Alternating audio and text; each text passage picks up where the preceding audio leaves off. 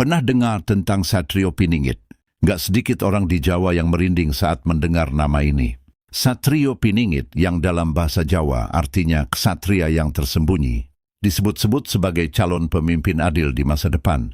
Dalam buku Jongko Joyoboyo karangan Prabu Jayabaya, Raja abad ke-12 yang jadi pujangga legendaris, sosok ini digambarkan sebagai pemimpin besar Nusantara yang muncul dari Pulau Jawa. Jayabaya bahkan menyebut gelarnya Ratu Adil, Raja Permaisuri Adil. Intinya, Satrio Piningit adalah harapan akan pemimpin yang bijak, jujur, dan adil membawa perubahan besar.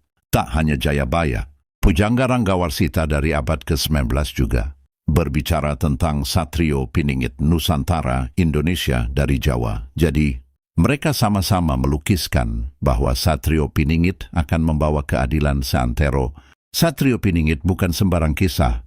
Ia bagian dari primbon Jawa yang diwariskan turun-temurun. Legenda ini lantas menjadi sumber spekulasi. Kapan dan bagaimana ramalannya akan terjadi?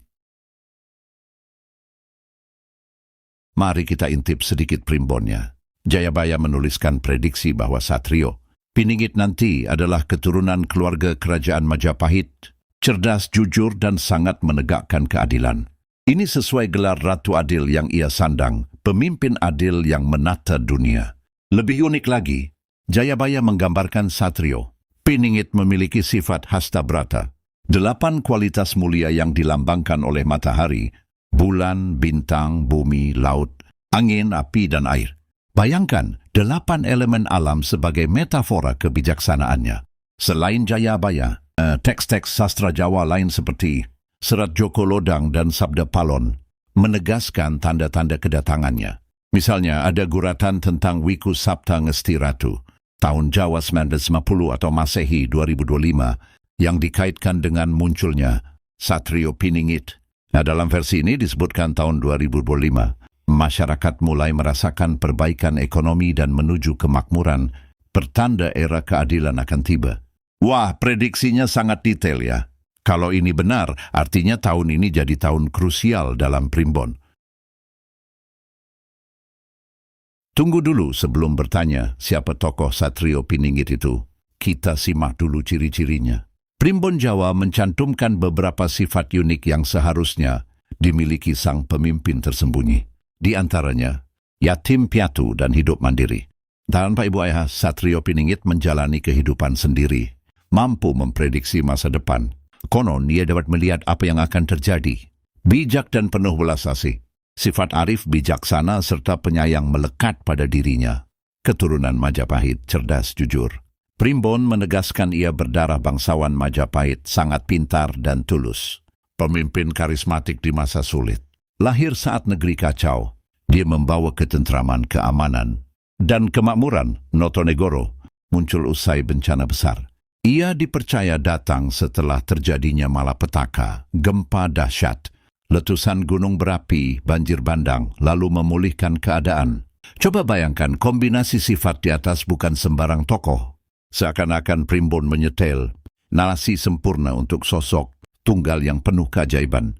Dalam bait puisi Jawa tua, Jayabaya bahkan melukiskan banjir bandang ono ngendi-endi, gunung jeblug tan Anjarwani. Yang terjemahannya adalah banjir bandang terjadi di mana-mana, gunung meletus tiba-tiba. Sebagai tanda akhir zaman sebelum muncul sang Satrio Piningit. Merinding kan?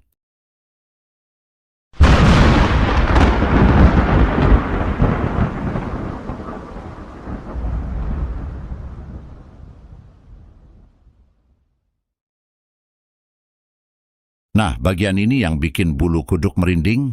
Berapa banyak tanda di atas mulai kita saksikan nyata belakangan ini. Saat menulis naskah ini, awal 2026, banyak peristiwa dahsyat terjadi di tahun-tahun terakhir, seolah mengikuti skrip primbon. Misalnya Gunung Merapi, Jawa Tengah, mengamuk beberapa kali baru-baru ini.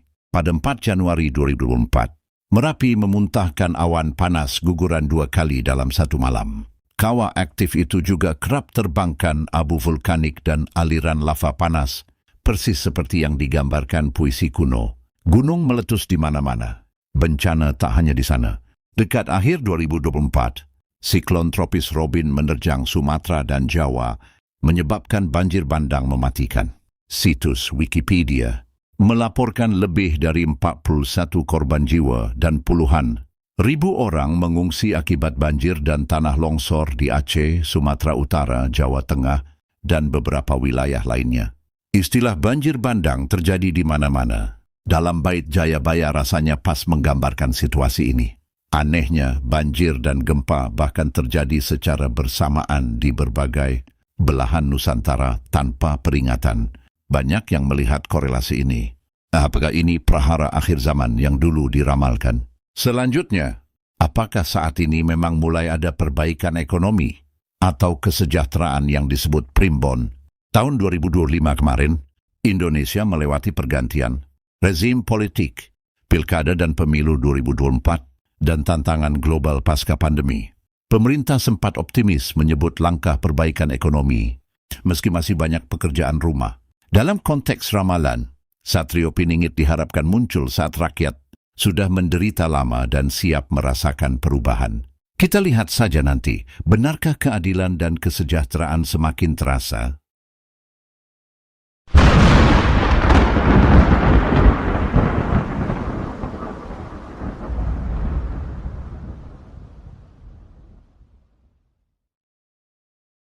Kembali ke Satrio Piningit, apakah ramalan kuno ini benar-benar terjadi?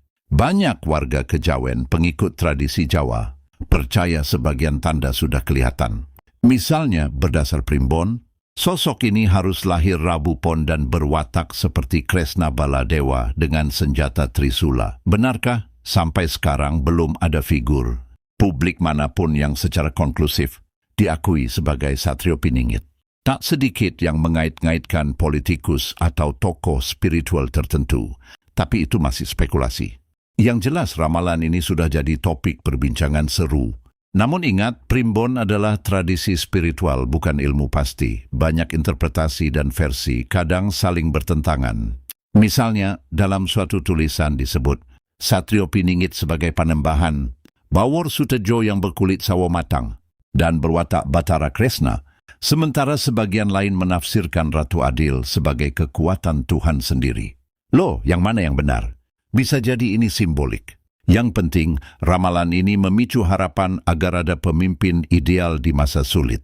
Meski begitu, sudah pasti kita nggak bisa mengambil mitos begitu saja sebagai kenyataan.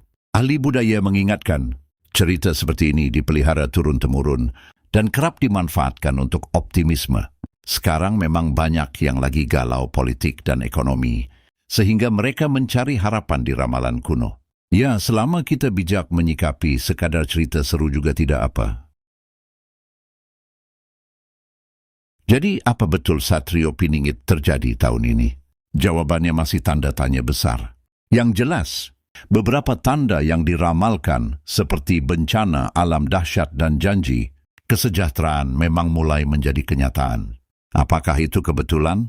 Ataukah memang garis besar ramalan Jawa sejak lama sudah menjejak dalam sejarah? Kita sendiri yang tahu. Yang pasti, legenda ini mengingatkan kita untuk terus berbuat baik dan berharap pada kebaikan, apapun yang terjadi. Gimana menurutmu? Menarik, menakutkan, atau justru menginspirasi? Yuk tulis pendapatmu di kolom komentar. Kalau kamu suka konten penuh misteri dan legenda Nusantara, jangan lupa like dan subscribe ya.